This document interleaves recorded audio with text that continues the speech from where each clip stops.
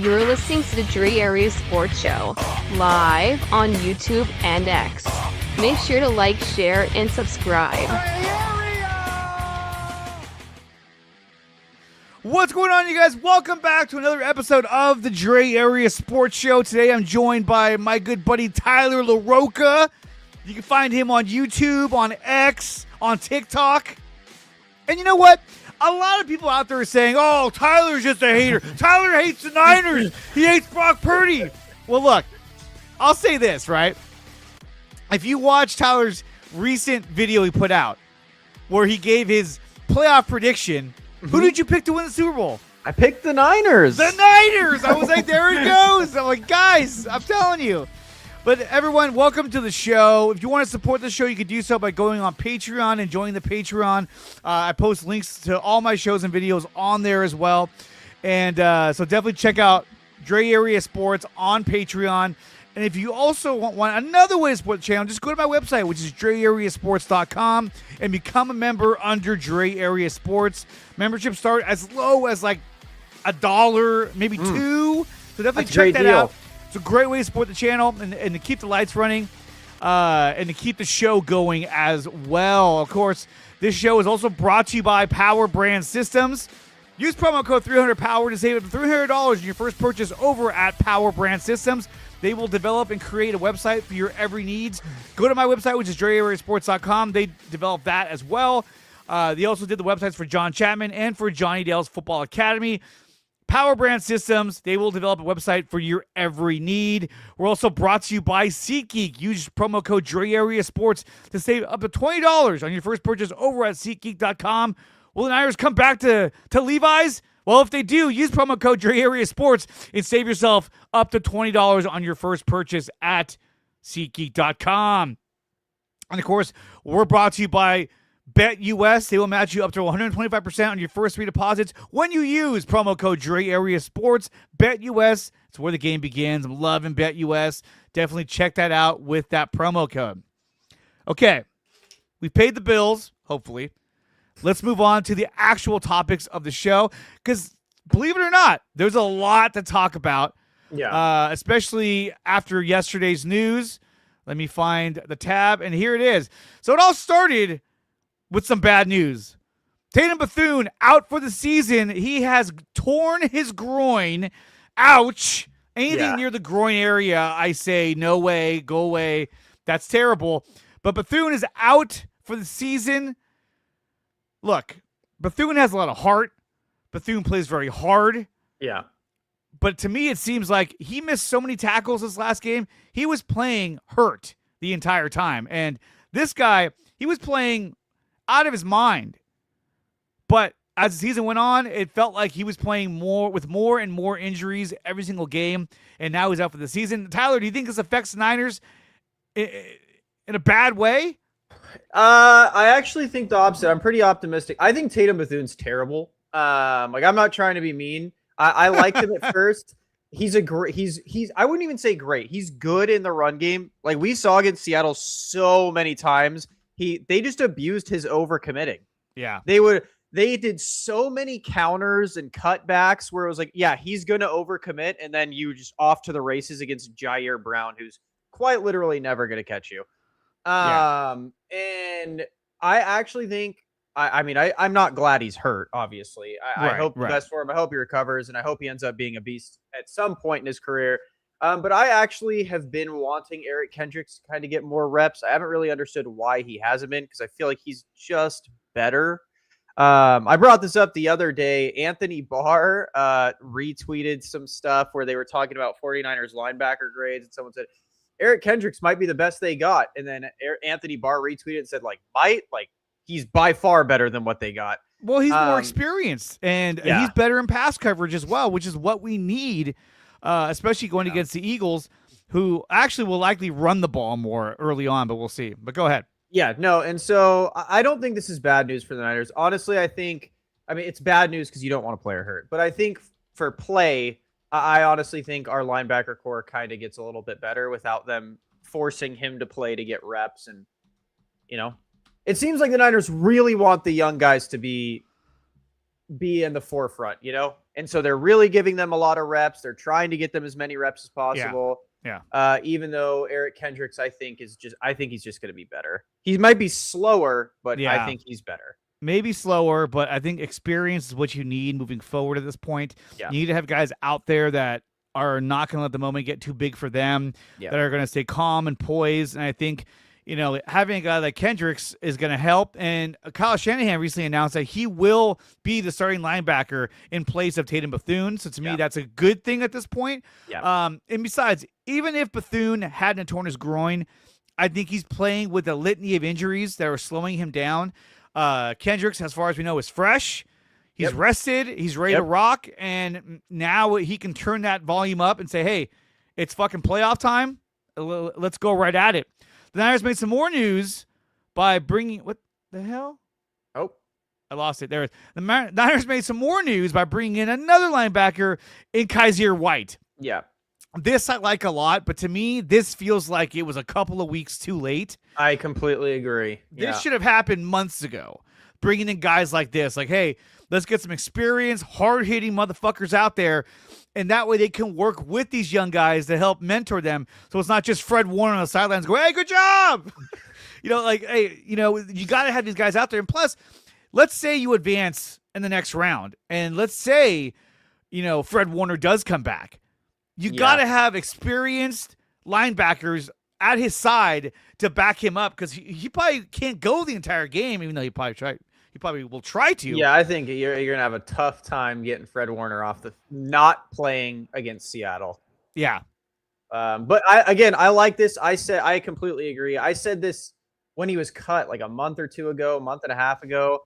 I said the Niners should bring him in immediately. He is, in my opinion, he is better than D. Winters. He is better than Tatum Bethune. I think he may be slightly slower. Again, same thing.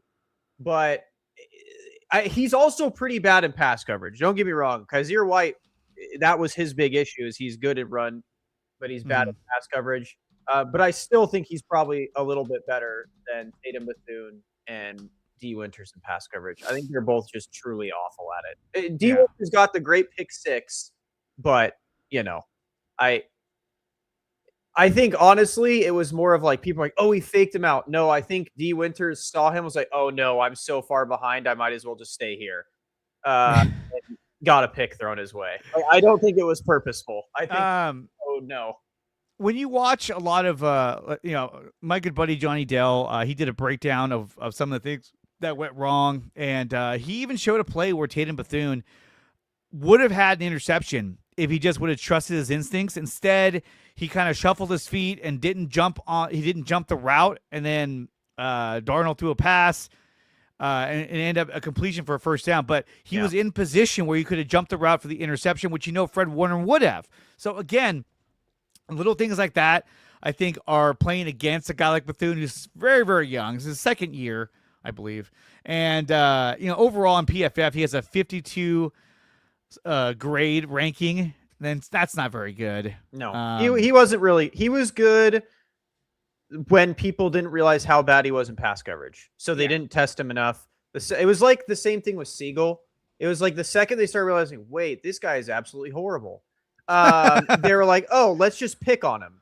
And they did the same thing to Bethune. Like, that's what's been torturing us in the past game. They're like, let's just run a lot of crossers and a lot of slants and a lot of cutbacks. Let's just get the linebackers involved. And the Niners just can't really. But to me, getting Kaiser White, getting Eric Kendricks, it almost feels like an upgrade because now you've gotten experienced NFL caliber players at linebacker out there, which you didn't have for the past few weeks. I think D. Winters has done a good job, but with his ankle injury, I don't think he's going to be as mobile as they want him to be. And I think bringing him in as a rotational piece may be better because then you don't have to, lean on Wallow and Luke Gifford, Curtis Robinson. Robinson was an inactive, healthy scratch. Yeah, dude, I want to see, I don't want to see Wallows and Gifford. No, I mean, I don't think they did either. And then when those guys went down, they were like, oh, shit. Looks like it's going to be Wallows. And that's the thing, man. It's just like, I think Does he swallow? I don't know. Yeah. It's kind of like, what the fuck, dude? Yeah, like that's my big thing, What's man. up, Bebop?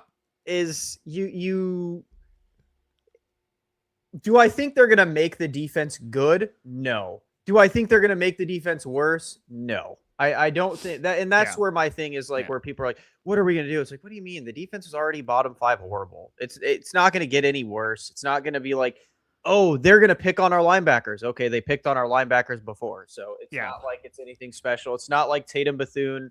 Dude, Demo was our best run stopper against Seattle. There was a lot of shit talk about Demo Lenore, but like when you look at his numbers, especially against Jackson Smith and Jigba, dude, he had one penalty. Really good. Yeah, the one penalty. One penalty. And they were like, oh, he got him. But it was like, if you watch the rest of his coverage on him, he locked him up. Yeah, he was fine. And this makes me wonder as well, because what they started to do was, you know, in the Seattle game, they started moving JSN over to Ronaldo Green's side and taking advantage of the big cushion he was giving him. Because, look, Ronaldo Green is not fast. He did not want to get burned deep. They had him playing way deep so that everything was shallow underneath. But I would have had Demo just following him around the entire field. Because if anyone gets rattled, it's Sam Darnold. And he didn't get rattled because, for one, we didn't get much pass rush on him. We never do, because the Niners don't have a pass rush. That's not what they are right now. They did get 2 sacks, and they did get some pressure on him, not nearly as much as they needed to. But when you don't have that kind of pressure, you got to make sure that you do everything you can to take away his favorite target, and that's JSN. And every time they needed to go to him, they'd move him over to Ronaldo Green's side, and he'd find a sliver of light and make a catch. So that was. And I can't even. And my thing is this: I can't even fully blame Ronaldo Green, because I'll say this: I love Saleh. Don't get me wrong, I love Saleh, but Ronaldo Green isn't a Saleh corner. He's not. No. And I don't even think Demo is. I think they are both what they were good at with Wilkes. Or not Wilkes, because Ronaldo Green wasn't drafted, but with Sorensen, what Ronaldo Green was good at, and what Demo's been good at, is he's a press man corner. Ronaldo Green in college was a press man corner. Yeah. Now they are forced to play soft squat zone. Yeah. And neither of them are comfortable. They're both long-armed, physical corners that like to get in there. And when you have someone like dude, you saw replays of Demo's putting JSN on his ass every other play. Pressing him, throwing him to the ground, throwing him over piles. And I love Saleh, but he does not let them play and I get it. Cover zero is hard when our linebackers and our safeties are as shit as they are. But when you're playing against Sam Darnold, I think you legitimately could have gotten at least a turnover if you just played cover zero once or twice, press cover zero too, not like this. Stay off of them. No, let Demo press, let Ronaldo press, and send cover zero. Because Darnold's going to make a mistake. He's going to make a mistake. And on top of that, you got to let the guys play to their strengths. Yeah. As opposed to saying, well, I want you to play to the strength of my scheme. And that's what I want you to do. I agree. I felt like they should have let them do their thing where they're most comfortable and be physical with these guys and slow them down at the line of scrimmage. And I feel like it's a little bit easier on the safeties too. These guys are going to jam the shit out of them. Okay. We're not going to play soft squat. We're going to play 2 deep and then jam the hell out of them. All you 2 idiots need to do is just don't let them run past you. Just keep your eyes on them and don't let them run past you while Demo and Ronaldo are jamming them, because you're going to get burnt when you play press like that. But that's what the Legion of Boom was really good at that. They had Sherman always just pressed in your face the entire time.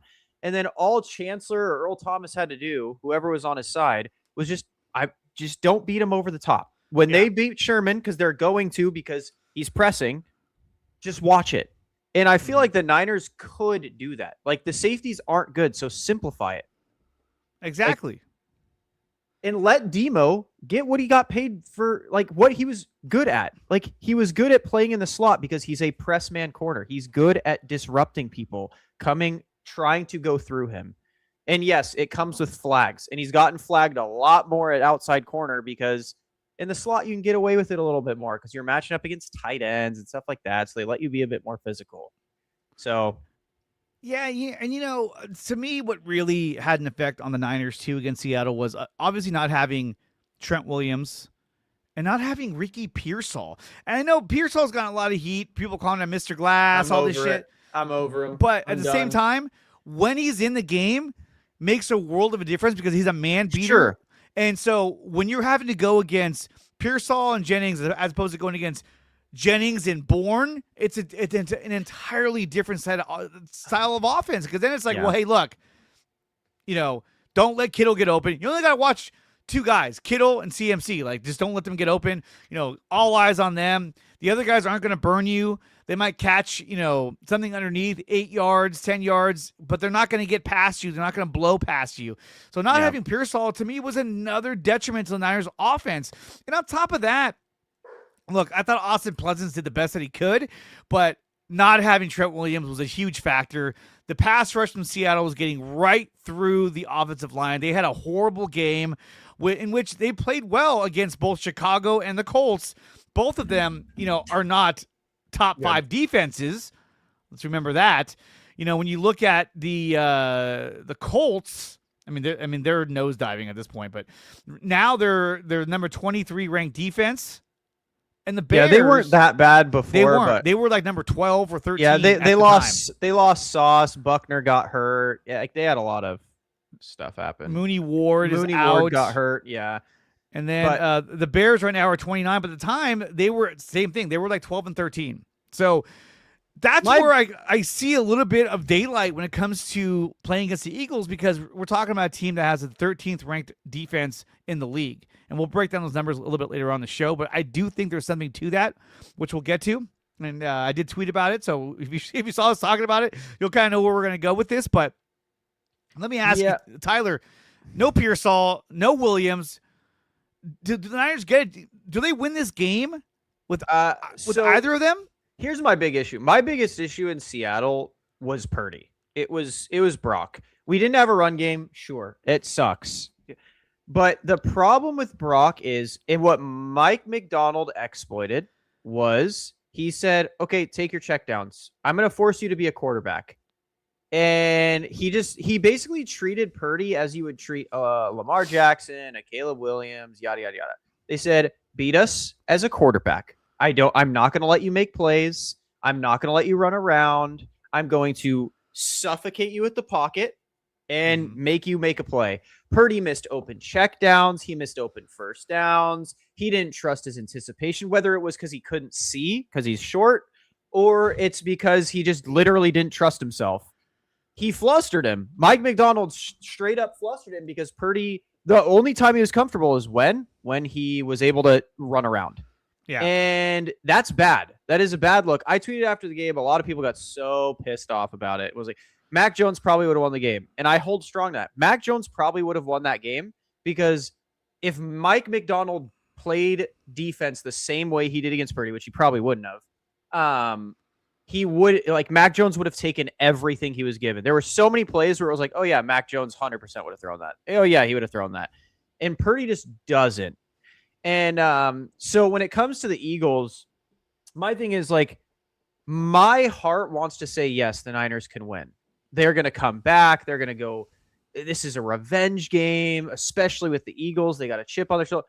But in reality, it's like, all they got to do is do what the Seahawks did. Force Purdy to play quarterback. Don't let him be a playmaker. And Purdy doesn't look like he knows what to do. Like Mac Jones, genuinely, I think when it's coming to just like standard robotic hit this is just better. Purdy's much better when he has the freedom like he did against the Colts and the Bears to run around and make plays and play against bad defensive lines. Yeah, Purdy's going to ball on you. But you're playing against a defensive line with like Jalen Phillips and stuff. You have Zach Bonnet back, or you got Jalen Carter coming up the middle. Like, you're not going to be able to dance around this defense. You're going to have to play quarterback, and I just don't think Purdy likes doing that very much. See, I don't put this game on Brock Purdy, not because I'm just like a Brock Purdy stan. For me, the offensive game plan was not precise enough to beat the Seattle Seahawks. And I think that Mike McDonald, like you said, schemed up a great plan to confuse him and to pressure him and to keep him in the pocket. Not only that, but they couldn't run the football. You're talking about McCaffrey had 8 carries for 23 yards. Yeah. Brian Robinson had 9 yards. Purdy had 21 yards. So they completely took away the running game. And I don't think Purdy's the 100% issue. I don't 100% blame him for Right. sure. Like, because he didn't play like terrible. He just played bad, in my opinion. But yes, I think they should have definitely started, I don't know, trying to move things around. Start running zone reads with Purdy. Start doing anything. Like, try and change it up a little bit. But I put a lot of the blame on Purdy because that right there, they didn't scheme well. If you watch it back, there are so many plays where people are wide, butt naked open, like just standing there like, yo, I am right here. And Purdy just can't see him. He can't see him, he doesn't trust it, or he's just too flustered. Like, I saw him run into multiple sacks. I saw him on a 4th and 1 not hit the easiest first down I have ever seen in my entire life. And then on the 3rd and long, he had Christian McCaffrey wide open with 15 yards of space, and he runs into a sack. It's just, there were so many plays where he's just, it's just, you want like it. It's where I thought he did a really good job against the Bears and the Colts with it, where he started getting more like Jimmy and Mac in his brain. Like, okay, I don't see anything quickly, I'm getting it to my check down. Oh, I don't see anything quickly. He did it really well in Cleveland. Don't see anything really fast, hit the check down. I don't see anything, hit the check down. And for whatever reason, when he played against Seattle, it seems he forgot that completely, where I didn't like it. Yeah, it really felt like the game plan was to attack them downfield. Yeah. And it looked like Purdy was trying to drive the ball downfield way too often than he should have. With the kind of pass rush that they were putting on him and a lot of 3rd down blitzing because it was a passing down. They exploited the fact that Austin Pleasant was on the left side. They brought more pressure to that side. They were, the offensive line in general was highly ineffective against this pass rush.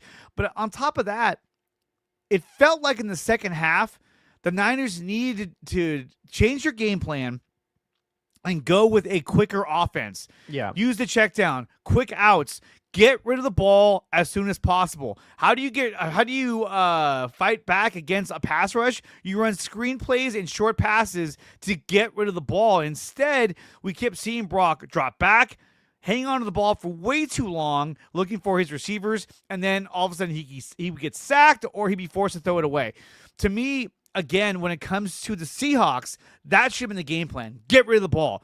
Get the ball out quickly, keep the chains moving, and then neutralize the best you can that Seattle pass rush. But I think against the Eagles, it'll be a little bit different, but I think the game plan against Seattle was all wrong.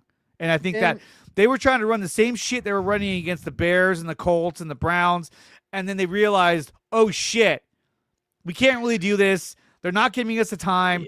Yeah. Their defensive game plan is covering up those holes. Well, I think if they ran their Browns offense, their quick hitter offense, it would have been fine. If you ran the exact same game plan you did against the Browns, I think they would have won that game. I think they would have ran up and down the field on the Seahawks the entire time. I think they underestimated their pass rush. I think they underestimated the Seattle Seahawks pass rush, and they thought, okay, well, let's do what's been working, and I think we'll find success. And unfortunately, that wasn't the case. And, dude, please, for the love of God, someone scream it in Purdy's ear. Just fucking throw to George Kittle.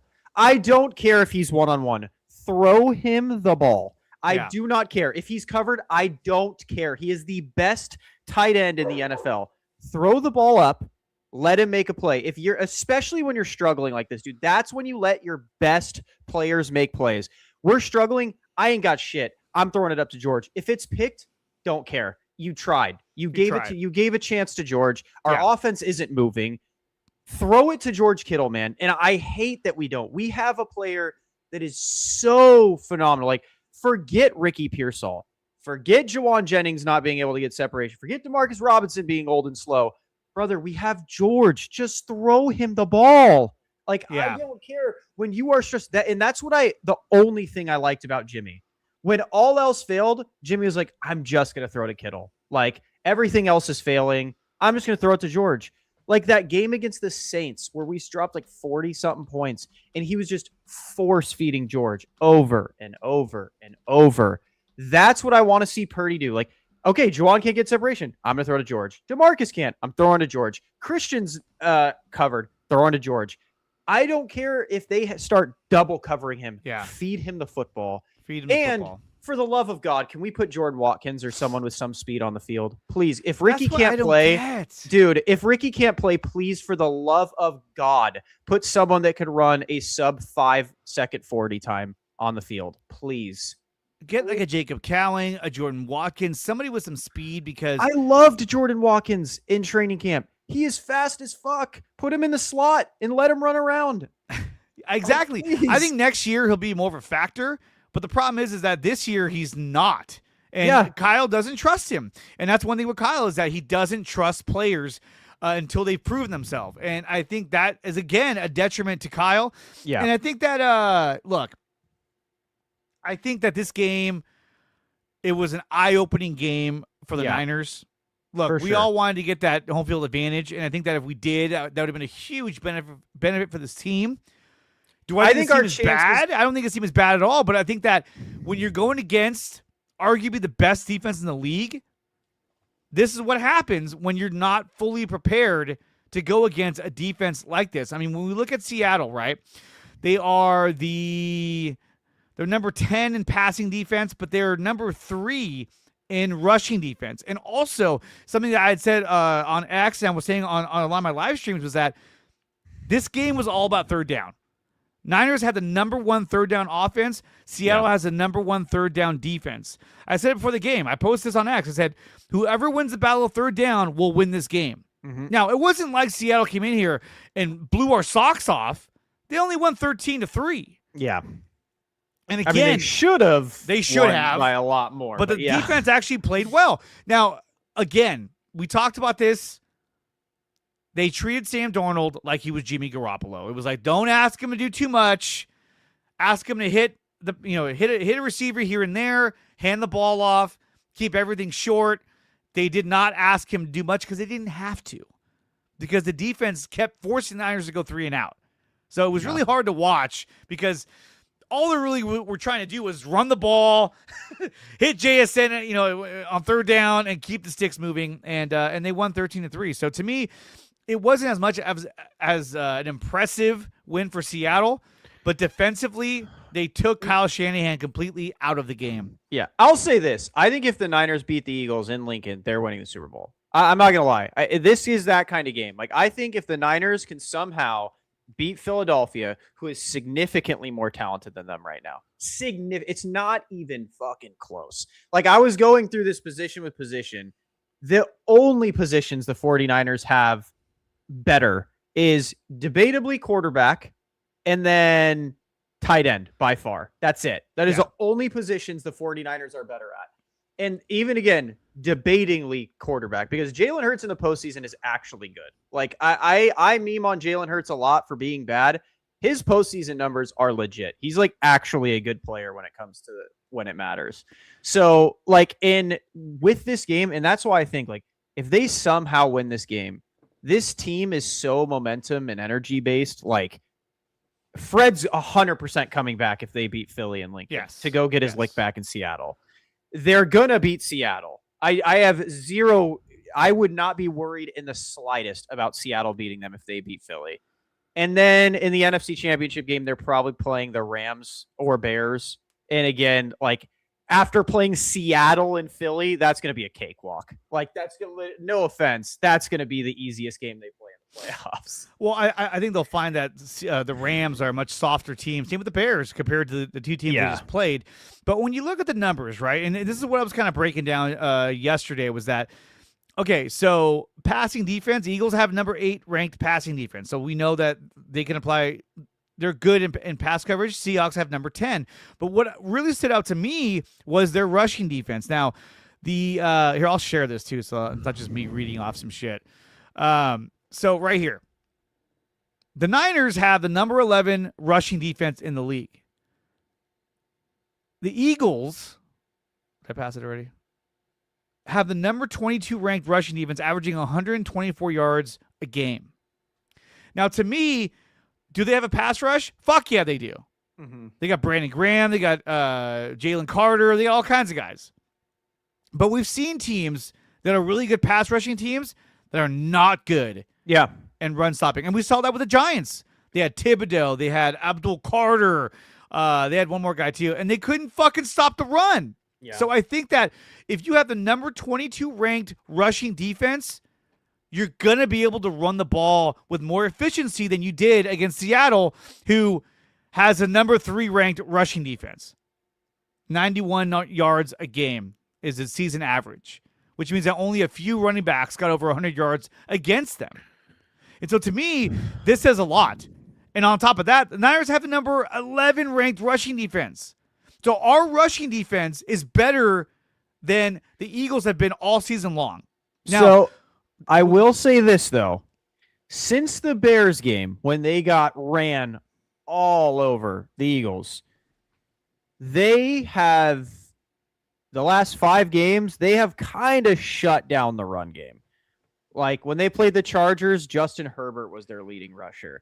When they played it's the Raiders, but Janty had 35 rushing yards. But that's Ashton Genty. He's a good running back, but they don't even give him the fucking ball. Even when they played the Bills, got fired. Even when they played the Bills, James Cook averaged 3.7 yards a carry, had 20 carries for only 74 rushing yards. Like their defense has definitely woken up a little bit to the run game. I think so. I mean, they have the number 5 scoring defense in the league, so they have an effective defense. Even when the Eagles played the Lions, they held Jahmyr Gibbs to 39 rushing yards. Right. So I do agree their run defense has shown that it can be exploited, but I will say for the majority of games, I mean, they're really good at shutting down. But we've also seen this is a team that besides the past, 2 or 3 games, they were on a fucking nosedive, looking like shit. Yeah. Can't move the ball offensively. So to me, this offense seems closer to what we saw with Seattle. This might be a low-scoring game unless San Francisco can move the ball, which I think they can. And here's the other thing, too. I'm just basing this all off numbers because to me, it totally makes sense, right? So when you go to scoring defense, look at number 1. Yeah. Seattle. Okay, there you go. And number 2, the Texans, and then the Broncos. That's the other team. To me, I'm telling you right now, a dark horse team in the AFC is the Broncos. Why? Because they have a stellar defense. Yeah, they have Bo Nix. I'm not worried about it. It's like when the Niners went there in 2019. Exactly. But I'm saying to get through the playoffs. Oh, for sure, defense is... And everyone's like, I think Josh Allen's going to take it. If that defense gives Josh Allen problems, Josh Allen, okay, we see all this shit about Josh Allen. He had a chance to win that fucking game the other night, and he fucking threw the 2-point conversion. It was a horrible pass. Yeah, I did see that. I felt he shit the bed. Yeah, that was one of those ones where you hate to see it. Yeah, sure. You do. Okay, red zone defense, the Eagles are number 9. Seahawks, number 5, right? Then you look at the third down defense. To me, late in the season, this is the biggest category. Seahawks, number 1. So I knew this was going to be tougher. Seahawks are very, very good on third down. Okay, so now we look down. Okay, where are the Eagles at? Eagles. There's a Niners, number 19. Eagles, number 21 on third down defense. I'll say this, though. Where were the Eagles ranked in rushing defense? 21.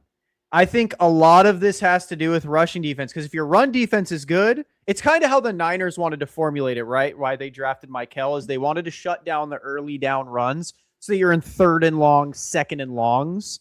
Mm-hmm. And the Seahawks, that's what they're really good at. They'll stop the run, get you in 2nd and 11, then you have to make a throw. If that throw doesn't go well, you're in 3rd and super long. And I think the Eagles, because their run defense, like you said, isn't very good, those first down runs hurt. They hurt. It also is a case where you may see the Eagles fall victim to a lot of play action because they're so overcompensating to try to stop the run when you see McCaffrey in the backfield that a play action will give them more separation and allow the Niners to move the ball. I think in this game, this could be a case where early on, everyone's jacked, the crowd's excited. It's harder for the Niners to move the ball, but as the game goes on, I see San Francisco being able to move this football much easier than against Seattle. Seattle has an outstanding defense that's coached so well. And I thought that Seattle's offense honestly looked like shit. They only scored 13 fucking points against a defense that gave up how many points to the Colts? 27. How many points to the fucking Bears? What was that? Like 38 or some shit?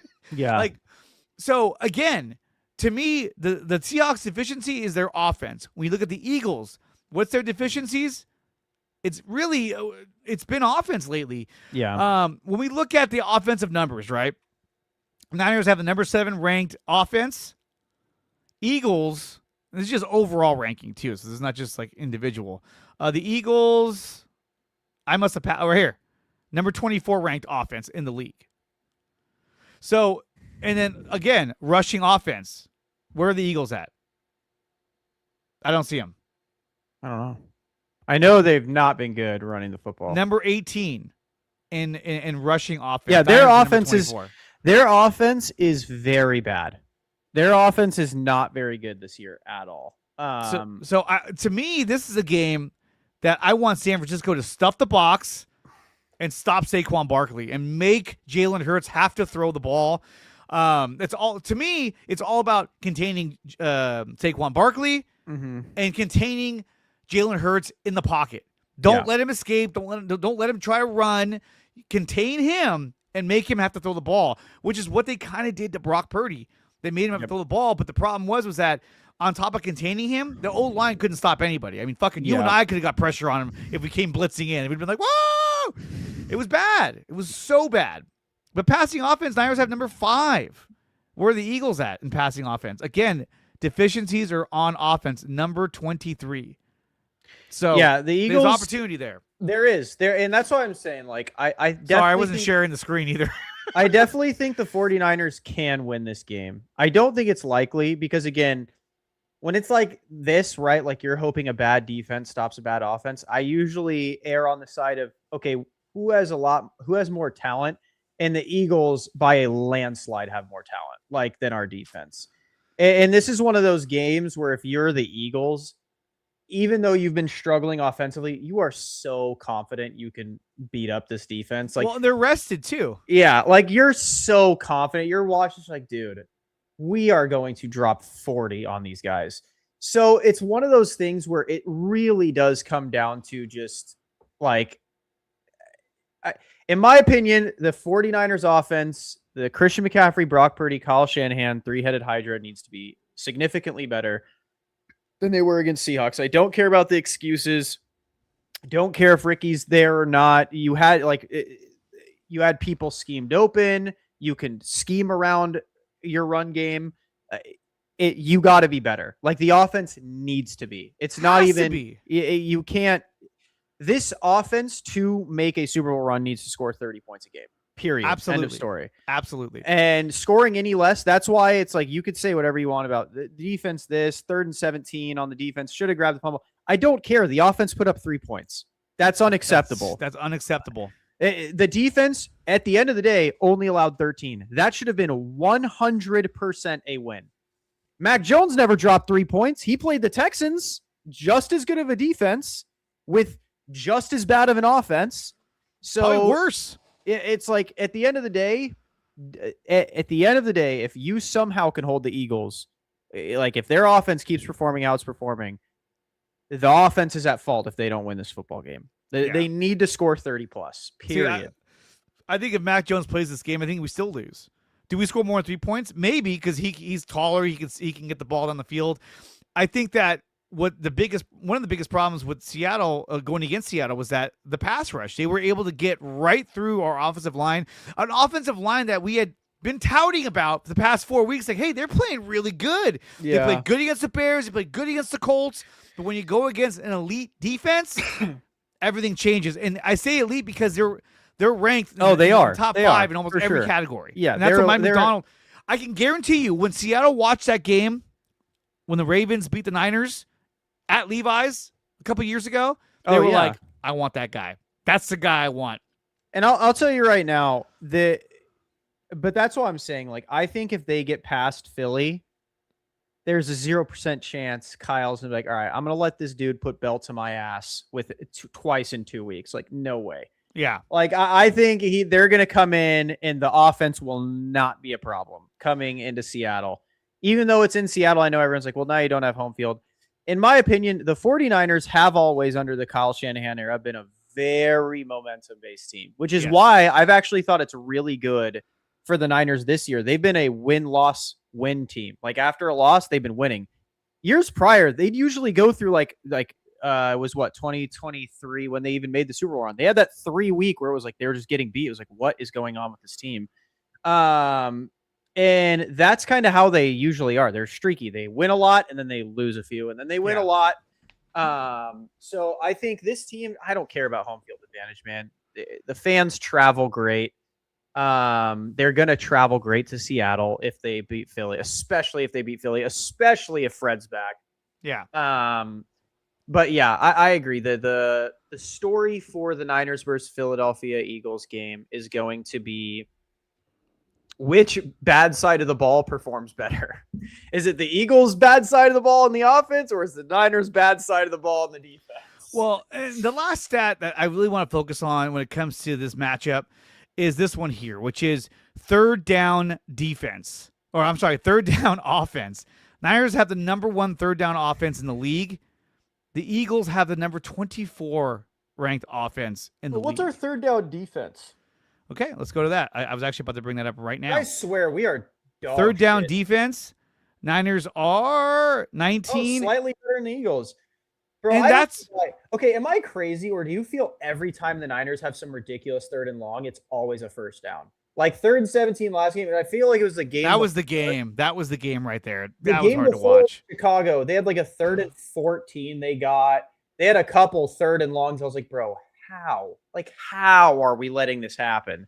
And they do it the same way every time, too. Yeah. They do either a screen or they do some slant over the middle and no one can tackle. They just can't get through. They're like, oh. That was hard to watch that whole thing. And we hurt talked my about brain. this too. Like, John Lynch was, oh, God damn it. But in my mind, I was like, you know what, John Lynch, go fuck yourself, because you had a chance to acquire a defensive player at the trade deadline and you did nothing. Why? Because you didn't think this team was going to get to this point. You didn't think this team had a chance to get the number 1 seed or even in the playoffs. You thought it was a slim margin. And because of that, it's burning you. Justin Simmons is still sitting there. Like, did he murder someone? Genuinely. I don't know why Justin Simmons is still sitting there. There is a 0% chance he's worse than Jair Brown and Malik Mustafa. 0%. There's not a person on earth that can convince me that he is worse. This dude is an all-pro like 2 years ago. He played in the league last year and was still good. Like, how is he not on our roster? Like, I don't know. Even now. I thought he signed with somebody, though. No, he wanted to go to Philly. They didn't need him. They were like, oh, we like you, dude, but we don't really need you. So, like, sorry. And so I'm literally sitting here like, bro. How do you not try to improve your defense in all areas? The Ravens safety, Marcus Williams, I don't know how he's not picked up. Jordan Whitehead, he's better than our safeties. Jordan Poyer, I'm pretty sure, retired. But like, even Tashawn Gibson, bro, he's better than what we got. Like, yeah, it's damn, not good. And right now, the safety position is getting burned. I thought Mustafa played a bad game.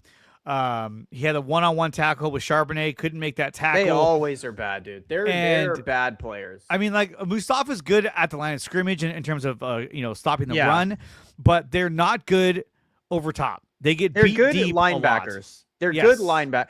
And here's the thing, bro. That I'd be fine with that. Say you want Mustafa to move down to backer, and then you put like a Justin Simmons behind him. Cool, fine. Let him play Jamal Adams' position. But, dude, they are the worst safety duo in the NFL. It's not even close. They are terrible. And when people are like, oh, put in Siegel. Bro, Siegel is just as bad, if not worse. It's just that's why he's not playing anymore, because he was getting beat because his pass coverage was not good. And on top of that, too, it's like, look, Jair Brown, he's made some good plays this season, but he's not consistent enough to get them over the top. But he's bad. They both don't know how to turn around. A ball will be for 5 minutes, and they're still staring at their zero. Like, dude, turn around. Like, there's just a lot of inexperience on defense, and you can see it. Like, guys are getting schemed open, and the Niners defenders are just not knowing what to do because of lack of experience. So I think getting Kendricks, getting White is going to help because they're experienced players. They know what the fuck they're doing. But again, we're asking guys that were on the couch to come in and save our season, save our defense. It's a lot to ask. And can they do it? We'll find out this Sunday. But I feel like those guys are better experienced. I think it'll look better. To get the job done. Yeah. What do you think about Trent? Is he going to play? I think he don't has know. to. I think he has to play. I think he does. You need Trent. Ricky, I doubt he'll play. That dude is a China doll, and even if he does, he'll go out like a play or two in. I mean, like, how many plays have we seen where he catches the ball, gets tackled, and he goes limping off the field? Yeah, it's like, oh my god. And that's my thing is like the future, because most likely, let's just be real, most likely they're gonna lose the Eagles. And the future is the 49ers need to take a big swing for a Justin Jefferson type player. You need a wide receiver one. You lost BA. Yeah. Ricky Pearsall is nowhere near the fucking answer. He is not going to be a wide first round draft pick too. Like, fuck. Yeah, I know. We could have had Cooper DeJean. That would have been great. Don't even say that. And like, it's one of those things where it's like, John Lynch, I don't know how he's still employed. I genuinely don't know. If you put this resume with any other GM in the NFL, they are fired. But I mean, the team has been competitive for multiple seasons, and I think when it comes to a money-making standpoint, I'm sure John Lynch is like, well, I mean, we're competitive. Or not fire him, then promote him to president. That's what I would do. That's what I do. I would promote you to get the hell out of my general manager room, and I would hire someone from the Eagles or the Rams, because people are like, oh yeah, they're going to hire our director of scouting. Oh no, they're going to take the guy that scouted Nick Martin. No, please. Or the guy, we drafted Marquise Siegel. Like, I'm fine with that, but like where they took him didn't make any sense. My issue is everyone's reach, even Michael. I'm fine that they took Michael. I am not fine that they took Michael over a Will Johnson, a Walter Nolan, a James Pierce Jr. I'm fine with Michael. Bro, no one was going to pick him that early. Nobody. So it's like... Well, but it makes you wonder, though. Would this team have been better off doing what they did, taking Michael, that's fine. But if they just would have kept either Malik Collins or Leonard Floyd, I think you got to keep... I was surprised they got rid of both. I would have kept one of them and said, okay, let's get Leonard Floyd in here, and then let's keep him there because that would be an experienced edge rusher that'll play alongside of him, right? Or if they listened to Tyler and traded for Kayvon Thibodeau in the middle of the season. That would have been a great move. A lot of people were saying, go for Thibodeau. Everyone was saying, go for Hendrickson. I was like, no. Don't go for him. Go for Thibodeau. Hendrickson, injured. Thibodeau, fine. Well, they were like, for Thibodeau, they're going to want a second-round pick. Fucking do it. You haven't drafted well in the second round anyway, so what does it fucking matter? Here's what I want us to do this offseason. Trade 2 firsts for Caleb Downs. I don't give a fuck if it's like, well, that's 2 firsts for a safety. They ain't going to draft shit anyways in the first round this year or next year. And we need a safety. The best safety in the draft. This kid is going to be generationally good. Trade whatever you have to. 2, 3 firsts. I don't care. We can't draft in that round anyways. And get Caleb Downs. Please, for the love of God. Our defense would be instantly better. I think so. And it's funny because I was talking to Wayne Breezy a while back, and we were doing our mock draft together, and he said the guy he would have taken was Nicky Manwari. I was like, really? He was like, yeah, you know why? I was like, why? He's like, because we need somebody to stabilize the safety position. That's what we don't have right now, is we don't have anyone to stabilize that shit. And and we look at it, I mean, they started the year with Jason Pinnock and Marquise Siegel. It was like, holy shit. I mean, they actually got the job done for a couple of weeks, and then you started to see holes in their coverage. Yeah, then people started throwing at Siegel over and over and over. Throw it at him. Yeah.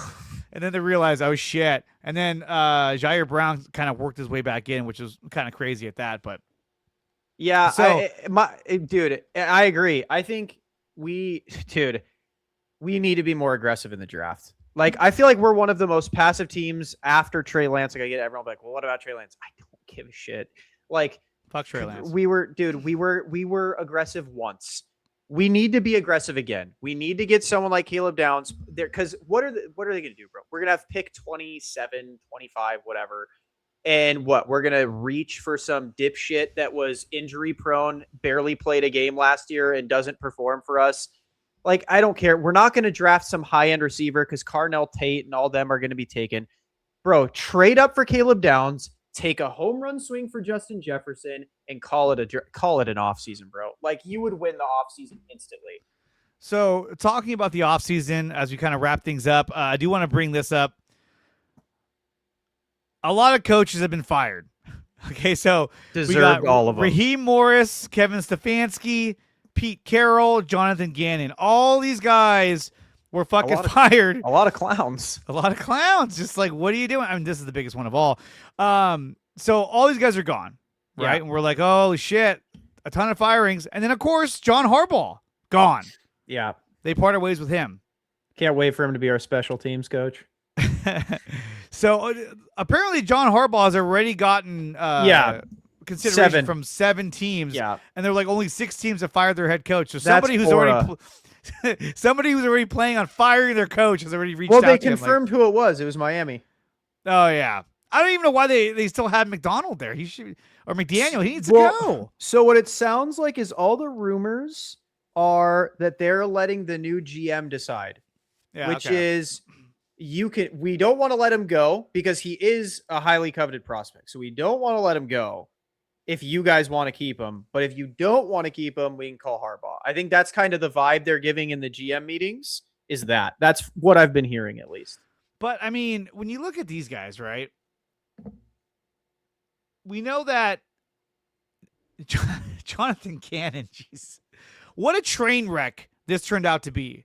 A guy I didn't think it was a good hire at the start. I mean, he was a defensive coordinator of the Eagles. They were flying high. Not to make a meme there, but and then he got over there and he was fucking terrible. And then now the Cardinals have requested an interview with Robert Saleh. I was saying this weeks ago that I thought that the Cardinals could be a destination for him because they're really, it seems like they're a quarterback away from being a much more competitive team. So they have assets on defense. They have Walter Nolan. They have Will Johnson. They got a bunch of guys on there that they have assets on defense Baker already. Yeah. Buda Baker. So Saleh will look at that and say, hey, look, I can coach that defense really well. That's great. We just got to get a quarterback. But Jonathan Gannon, did you see this shit? I thought, oh my God, what the fuck is this? This was his introductory speech to his team when he first took over as a head coach. Yeah. Check this shit out. He's Welcome so back. weird. Who drove over here? Quick, let me see your hands. Who took the bus? Did you have fire in your gut? What? Did you? We're here for a reason. Don't get that twisted. Okay, we're here for a reason to win games. So if you didn't have that fire in your gut, you better light the fire pretty fast. Like, what the fuck was that? I will say Kyler posted a thing, even though Kyler knows he's leaving. He posted a thing saying he was a great coach and he loved going to war with him. So he seemed like one of those guys, and it seems like Eagles players actually liked him a lot. But he seems like he's one of those guys that's not meant to be a head coach. He's better coordinator. Because that was bad. That speech, when I watched it, I was like, oh, God. And you can see the players were like, who the fuck are you? And I feel like there's no shame in that. Like, I feel like every coordinator wants to be a head coach, obviously, because, like, that's the dream. But I think there's nothing wrong with being a Steve Spagnuolo, dude. If you're an animal, like, you're the best at what you do, and you can just focus on that, bro, why not? Like, why but not? What do you think it is? Why is it that these coordinators want to be a head coach so bad? Is it the money? I think the money and the notoriety, you get way more credit when you're the head coach, right? Yeah. Like, every Super Bowl, the Chiefs have wants Andy Reid Mahomes. Andy Reid Mahomes. Except for their third one, everyone finally was like, damn, Spagnuolo might be him. Spagnuolo is just different. And that's why it's kind of like, and he's older too, so maybe he's like, I don't want to be a head coach. I'm fine where I'm at. And so I think the hope was that Saleh would say, you know what, I like what I'm doing. I like where I'm at. I'm just going to stay here. But I think he's going to be gone. Oh, I think he's going to Baltimore. Yeah, I think Baltimore is I think that's the perfect. I think that is the perfect destination for him. That's the exact kind of energy they want. That old school defense first, Ed Reed, Ray Lewis, hit you in the mouth energy. I think Saleh would be phenomenal. Over there. He'd probably bring Clay over, who I think would make the system so much easier for Lamar. I think it's a match made in heaven, honestly. Yeah, I think if they go that route, he could definitely go there unless they get somebody else. I mean, there are some other candidates that are getting more praise right now. What's his face in Denver, their defensive coordinator.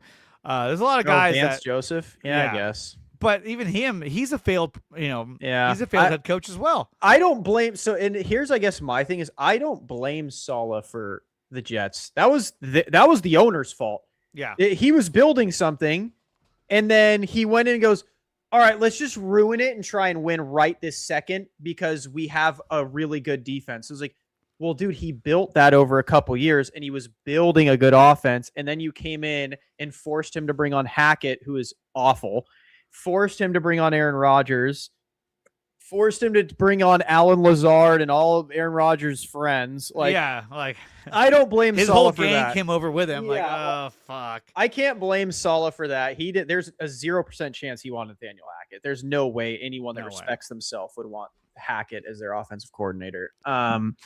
So like Vance Joseph at least got his own staff and got his own chance and fell on his face. So it's I don't see anyone better for that position. I would assume Saleh's gone. And honestly, if Saleh were to leave either next year or this year, I would prefer it to be this year because you have candidates like Raheem Morris who might not get a job, Brian Flores who might not get a job, Jonathan Cannon who might not get a job. And I'd love for them to be the DC in San Francisco. Absolutely. Okay, so real quick, let's do a score prediction for Sunday's game. Niners against Eagles. I'm predicting the Niners are going to win this game. And I know some fans may say, hey, I don't know. But no, I really do feel like Niners can pull this off because offensively, they are a lot better than what they showed against Seattle. I agree.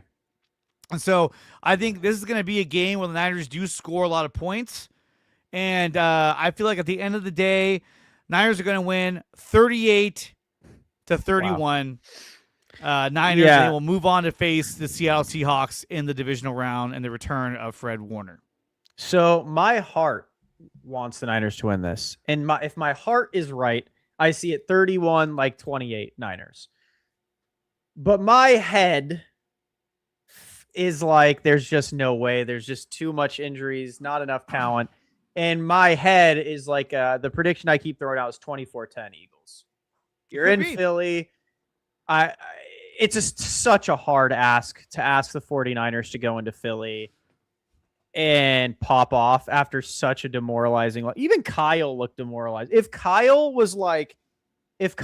went in to the interview and didn't bitch about not playing on Sunday, he was like, doesn't matter. We're focused on Philly. We're going to go in there and win this football game. I'd be a lot more confident in the 49ers, but he's just been whining the whole week about playing on Saturday and like all this stuff where it's like, well, Ricky and Trent could have played. Well, you're saying they might not play against Philly, so that's a lie.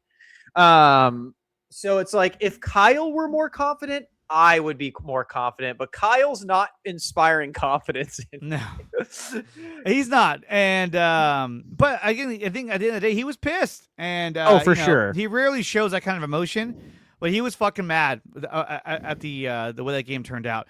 But like I said, I hope they do, dude. I hope Purdy 5 touchdowns, head tops this team. You know what I was telling Grant though? You know what we needed, Dre? This is the key to victory. Purdy needs to Dougie. He didn't. He did it. He's still undefeated when he Dougies. I was telling Grant this. I said it like this, bro. If you can't get the offense fucking moving, right? Say it's halftime, we got like 3 points. Brother, hit a Dougie when Eddie Pinero makes a field goal. Hit a Dougie when you get a first down. Just do it anywhere. Get the juice going. Get it flowing. So that'll be my prediction. If Purdy Dougies, they win. If he doesn't Dougie, they lose. I mean, look at it this way. They played against Buffalo, did a great job defensively, but they only won 13-12. And it was because Josh Allen whiffed on a throw you and I would have made. Yeah. Commanders, that's an easy win. Raiders, that's an easy win. That's a tough one right there. But then look, when they went against the Chargers, shit the bed, 22-19. Winning against the Bears, shit the bed, 24-15. Yeah. Winning against the Cowboys, shit the bed, 24-21. And then again, Even only the scoring Lions' bad 16 defense. points. Yeah, 16. like because the Cowboys' defense is bad, the Lions' defense is bad, the Raiders' The defense Packers is bad, 10-7. This is the I think this might have been the Micah Parsons list. Packers, but maybe not. But again, it just kind of shows you that there was a stretch where, and even now, they can't fucking score against the Raiders. That's like, I mean, come on, you're going against a JV team at that point. You Yep. should be able to score. Yeah. And then, of course, they lost last week, but nobody was playing, so that doesn't really matter. But again, I think that the Niners have a shot to win this game, and I'm I predicting do. they're I gonna really win. do. And I get people like, "Oh, you're being a hater." It's not that, dude. It's just the simple fact that like the Niners are an underdog from here on out. Every team they play from here on out, at least till they get Fred back, they're worse than. They are less talented than, especially the Eagles. They are significantly less talented than them.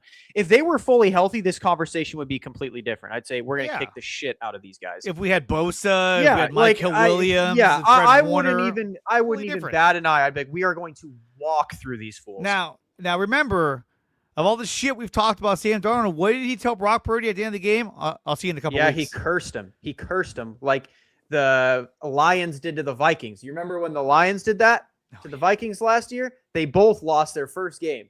So I'm hoping it's a reverse jinx, and I hope we do see them in a couple weeks because I want my lick back. But I want it back. It really feels like Sam Darnold was like, I'll see you in a couple weeks, because he knew like the Eagles aren't as good Dre, as they I want come that across. win so bad. My Twitter feed is full of these Sea Chickens fans acting like they're did the fucking something. worst. Dude, I want that lick back so bad. I would buy a Brock Purdy jersey immediately on the day if he gets my lick back against Seattle next week.